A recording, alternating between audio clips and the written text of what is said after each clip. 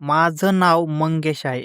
मी एका गरीब कुटुंबातील मुलगा आहे. जिथे 2 वेळचं जेवण मिळणंही कठीण होतं. माझ्या आई-वडिलांचे माझा जन्म होण्यापासूनच भांडण सुरू होते असे दिसते. मी कधीच माझ्या आई-वडिलांना नीट बोलताना सुद्धा पाहिलं नव्हतं. माझी आई एक खूप चांगली आणि सभ्य बाई होती. तिने नेहमीच माझ्या वडिलांच्या वागण्याकडे दुर्लक्ष करून आमच्या संगोपनाकडे लक्ष दिले होते. माझे वडील एका भांड्याच्या दुकानात काम करत होते आणि त्यातून येणाऱ्या मोजक्या पैशातून आमच्या घराचा खर्च कसा तरी भागत होता. आम्ही 4 भावंडे होतो. आमच्या खर्चाची पूर्तता करणे फार कठीण होते. यामुळे आमच्या घरात नेहमी वाद होत होते. त्यात भर म्हणजे आमची एकुलती एक बहीण अपंग असल्यामुळे तिच्या उपचारांचा देखील खूपच खर्च होत होता. यामुळे आमचे वडील नेहमी रागातच असायचे. माझी बहीण मीना दिसायला खूप सुंदर होती, पण ती पायाने अपंग होती. हे तिचा काहीही दोष नव्हता. ती जन्मताच कमकुवत पाय घेऊन जन्माला आली होती. हळूहळू आम्ही सर्व भावंडे मोठी होऊ लागलो.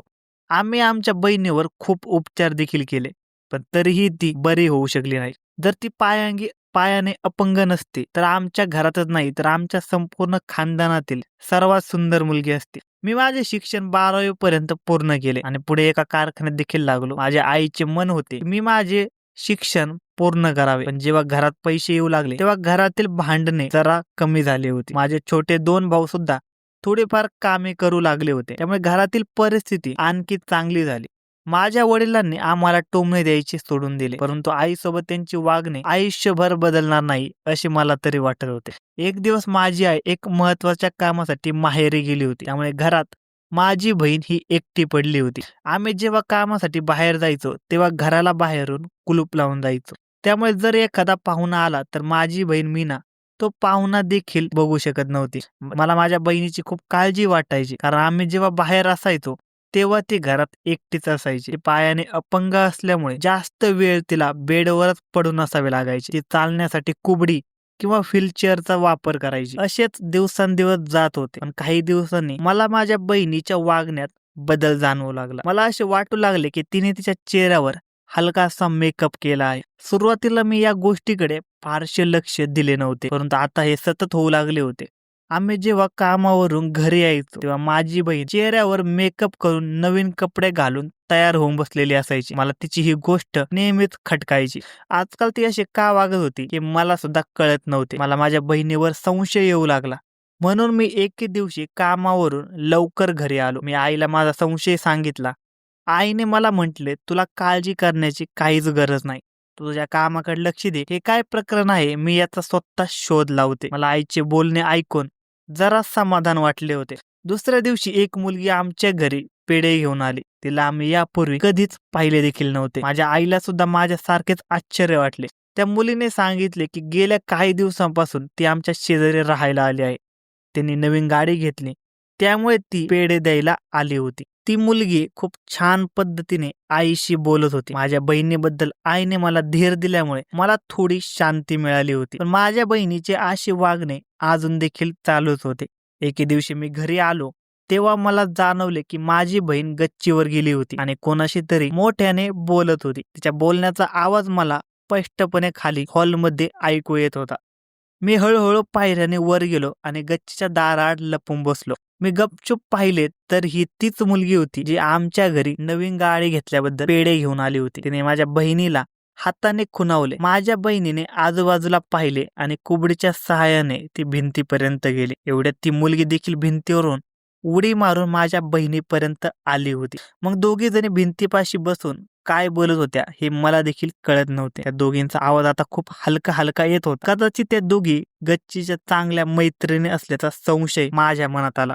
ती मुलगी परत तिथून निघून सुद्धा गेली होती. मला स्वतःला लाज वाटली की मी माझ्या बहिणीवर उगाच संशय घेत होतो. तिने तर एका मुलीला आपली मैत्रीण बनवली होती आणि ती तिच्याशीच गप्पा देखील मारत होती. पण दुसऱ्या दिवशी ती मुलगी आपल्या आई-वडिलांसह आपल्या भावासाठी माझ्या बहिणीचा हात मागायला आली. तेव्हा मला खूप आश्चर्य वाटले. माझ्या आईला सुद्धा खूप आश्चर्य वाटले. त्यामुळे ती काय पटकन बोलू शकली नाही. आम्ही सर्वजण खूप हैराण झालो होतो. शेवटी आम्ही त्यांना हॉलमध्ये बसवले आणि बोलताना कळले की त्यांचा मुलगा एक डॉक्टर आहे आणि त्यासाठी ते माझ्या बहिणीचा हात मागायला आले. जेव्हा मी त्या मुलाचा फोटो पाहिला तेव्हा मला फार मोठा धक्का बसला, कारण तो मुलगा दिसायला अतिशय सुंदर आणि तरुण होता. शोधूनही त्या मुलामध्ये आम्हाला कुठेही कमतरता दिसली नाही. असे नाही की माझी बहीण दिसायला सुंदर नव्हती, ती सुद्धा दिसायला अतिशय सुंदर होती, फक्त पायाने अपंग होती. आम्ही एक पद्धत म्हणून आमच्या बहिणीला पुढे बसवले, त्यामुळे ती माझ्या बहिणीला पुन्हा एकदा पाहून विचार करतील.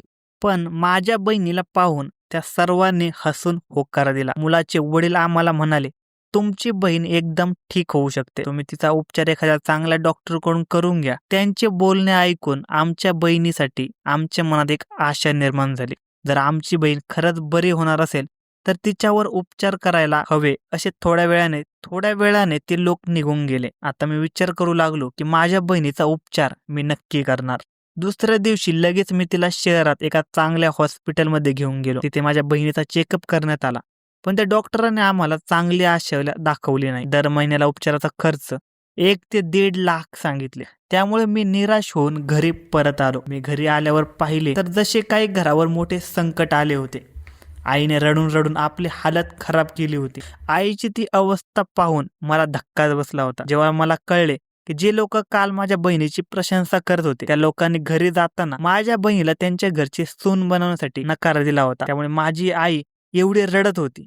हे ऐकून मला देखील फार दुःख झाले होते. पण माझ्या बहिणीची अवस्था आमच्यापेक्षा देखील वाईट होती. कदाचित तिने आपल्या लग्नाबद्दल अनेक सुंदर स्वप्ने रंगवली होती. माझी बहीण खूप रडत होती. आम्ही आमच्या स्थितीकडे दुर्लक्ष करून तिला सांभाळू लागलो. माझी आई म्हणाली, आता मी कुठल्याही परिस्थितीत माझ्या मुलीचा उपचार करेन आणि मग माझ्या मुलीचे लग्न मोठ्या धूमधडाक्यात लावून देईन. तिचे ते बोलणे ऐकून मला फार दुःख झाले होते. आमच्या घराची परिस्थिती सुधारली होती, पण एवढी पण चांगली नव्हती की मी माझ्या बहिणीच्या उपचारासाठी महिन्याला 1 ते 1.5 लाख रुपये खर्च करू शकत होतो. मी माझ्या आईला याबद्दल बोललो तर ती म्हणाली, तुला काळजी करण्याची काहीही गरज नाही. मी अशा माणसाला ओळखते जो एक चांगला डॉक्टर आहे. तो अनेक अपंग व्यक्तींवर आपल्या शिबिरात मोफत उपचार देखील करतो. दुसऱ्या दिवशी माझी आई माझ्या बहिणीला घेऊन त्या डॉक्टरकडे गेली. आई जेव्हा परत आली तेव्हा तिच्या चेहऱ्यावर आनंदही होता आणि दुःखही होते. आई म्हणाली, डॉक्टरांनी सांगितले आहे की तुमच्या मुलीच्या उपचारासाठी खूप उशीर झाला आहे. तरी जर सगळे व्यवस्थित झाले तर ती पूर्ण बरी होऊ शकते, नाहीतर ती कधीच बरी होऊ शकणार नाही. तिचे ते बोलणे ऐकून मला फार दुःख झाले होते, खूप वाईट वाटत होते. त्यांनी माझ्या आईला एक पद्धत सांगितली होती ज्यामुळे माझ्या बहिणीच्या पायात जीव येईल. हे काम 2 महिने करायचे होते. ते सर्व करून माझ्या बहिणीचा पाय सुजला तर मग याचा अर्थ माझी बहीण कधीच बरी होणार नाही. आता माझ्या आईने हे काम करण्यास सुरुवात केली होती. ती रोज माझ्या बहिणीच्या पायाला तेल लावून मशाज करायची आणि ते पाय मलमलच्या कापडाने गुंढाळायचे. पाय दिवसभर काहीच उघडे ठेवले जात नव्हते. माझ्या बहिणीला बरे करण्यासाठी माझी आई हे काम रोज करत होती. माझे वडील येता जाता बडबड करायचे, म्हणायचे हे सगळं व्यर्थ आहे, आपण आधी यात खूप पैसे घालवले आहे, आता पुन्हा त्यांना आपल्या मुलीची काळजी कशाला होती. एक दिवस मी जेव्हा कामावरून घरी आलो तेव्हा मला माझ्या बहिणीच्या रूम मध्ये आईसोबत बोलण्याचा आवाज ऐकू आला. ती आईला म्हणत होती, आई मला गच्चीवर जायचे आहे. पण आई तिला नकार देत म्हणत होती, तू बाहेर मोकळ्या हवेत जाऊ शकत नाही. पण माझी बहीण गच्चीवर जाण्याचा खूप हट्ट करत होती. मी माझ्या बहिणीला ओरडून गप्प बसू सांगितले तर ती रडू लागली आणि म्हणाली, मला चांगली माहित आहे की तुम्हा लोकांना मला ठीक करायची नाही. माझ्या बहिणीचे बोलणे ऐकून मला खूप राग आला होता. तिला ठीक करण्यासाठी तर आई दिवस रात्र एक करत होती. आईने मला शांत करत तिला गच्चीवर जाण्याची परवानगी दिली. गच्चीवरून परत आल्यानंतर ती एकदम नॉर्मल झाली होती. मी माझ्या बहिणीच्या रूम मध्ये गेलो आणि तिला विचारले, तू गच्चीवर का गेली होती, तीही मेकअप करून. त्यावर ती म्हणाली, माझ्या मैत्रिणीला भेटायला गेले होते आणि मला मेकअप करायला आवडतो, आता नाही तर कधी करणार. मला त्याच्या बोलण्यावर अजिबात विश्वास बसत नव्हता. मी तिला म्हणालो, तू अशा मैत्रिणीला भेटायला जाते जिने तुला लग्नाचे स्वप्न दाखवून धोका दिला आहे. तिला आणि तिच्या घरच्यांना माहिती होते की तू अपंग मुलगी आहेस, तरी ते आपल्या घरी तुझा हात मागायला आले होते. आणि नंतर असे काय झाले की घरी जाऊन तुला त्यांनी नकार दिला.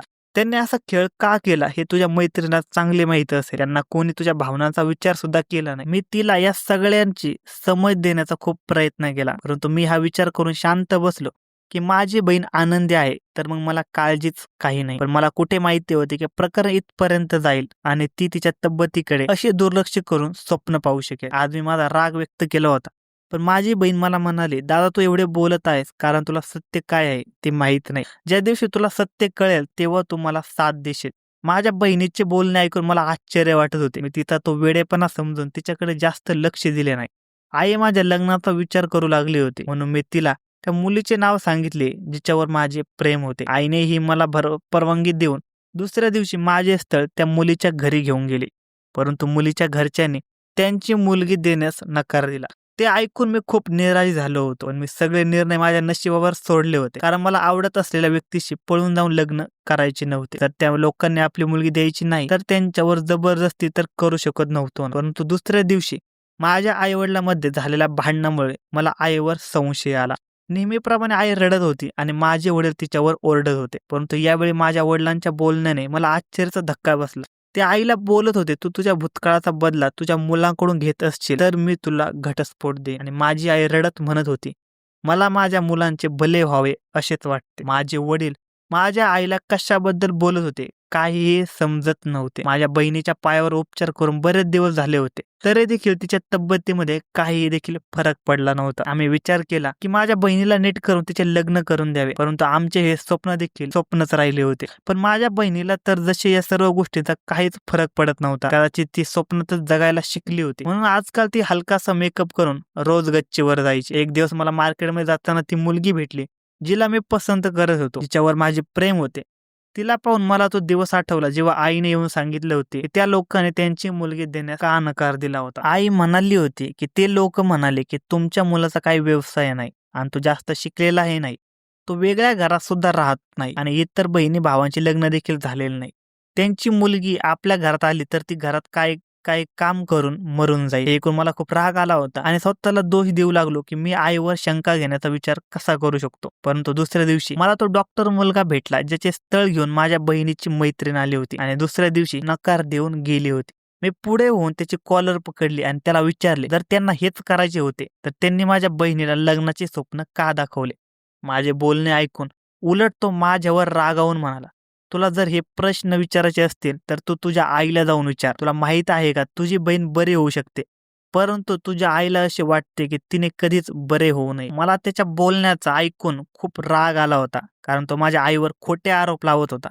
मी त्याला म्हणालो, तू माझ्या आईवर खोटे आरोप लावणारा कोण आहेस? तो म्हणाला, मी एक डॉक्टर आहे आणि मला खोटं बोलण्याची काहीही गरज नाही. मी तुझ्या आईवर खोटे आरोप करत नाही. जर तुला खरंच सत्य जाणून घ्यायचं असेल तर जाऊन तुझ्या आईला विचार की ती आपल्या मुलासोबत असं का वागते. तो मुलगा तर निघून गेला होता, पण मी आज ठरवलं होतं की आज मी याबद्दल माझ्या आईशी बोलणार.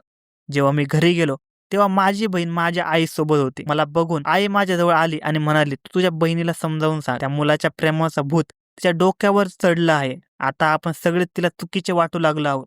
मी आईला म्हणालो, आई तू हे सगळं का करत आहेस? मला माहित आहे की तूच त्या मुलाच्या घरी जाऊन नकार दिला आणि त्या मुलीच्या घरी देखील जाऊन वाईट तमाशा केला जिच्यावर माझं प्रेम होतं. माझं बोलणं ऐकून माझे वडील देखील तिथे आले आणि हे सर्व ऐकून ते पुन्हा आईवर रागावले. मी आईला म्हणालो, मला माहिती आहे की माझं आणि माझ्या बहिणीचं लग्न तूच मोडलं आहे. सांग आई तू हे का केलंस? माझी आई रडायला लागली. ती म्हणाली, मी आमच्या खानदानातील सर्वात सुंदर मुलगी होते. जशी तुझी बहीण आहे तशी माझं एका मुलावर प्रेम होतं आणि त्याने माझ्याशी लग्न करण्याचं वचनही दिलं होतं. आमचं लग्न देखील ठरलं होतं.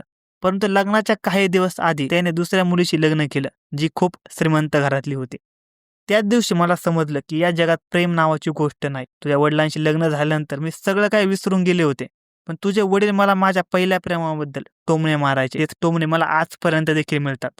म्हणून जेव्हा तू तुझ्या प्रेमाबद्दल सांगितलं तेव्हा मी स्वतः जाऊन त्या मुलीच्या घरी अशा काही गोष्टी सांगितल्या की तिने स्वतः लग्नाला नकार दिला.